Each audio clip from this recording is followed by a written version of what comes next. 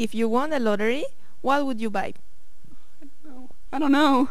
There's so many things. Probably an animating studio, and you could work for me. How about that?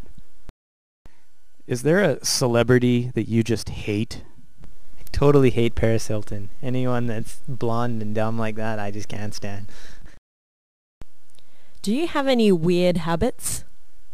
I like ice cream and French fries mixed. Yeah.